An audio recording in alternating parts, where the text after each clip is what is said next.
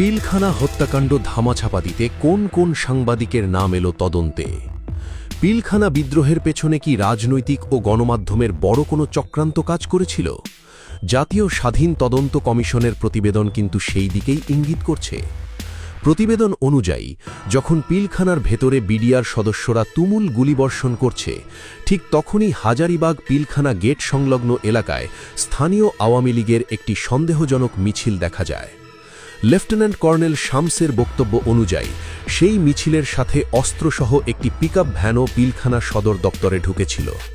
আশঙ্কা করা হয় অনেক হত্যাকারী পরে সেই মিছিলের সাথে মিশে অনায়াসে বেরিয়ে যায়।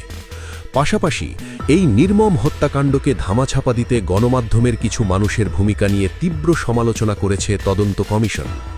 প্রতিবেদনের ১৬৭ পৃষ্ঠায় সাংবাদিক মুন্নি সাহার সাংবাদিকতাকে উদ্দেশ্যপ্রণোদিত ও ষড়যন্ত্রের অংশ হিসেবে সরাসরি অভিযুক্ত করা হয়েছে।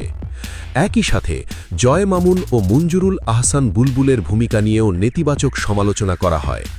প্রতিবেদনে বলা হয়, রাজনৈতিক সমঝোতার মাধ্যমে রক্তপাত এড়ানোর যে যুক্তি সরকার ও গণমাধ্যমের এক অংশ প্রচার করেছিল তা ছিল সম্পূর্ণ ভিত্তিহীন।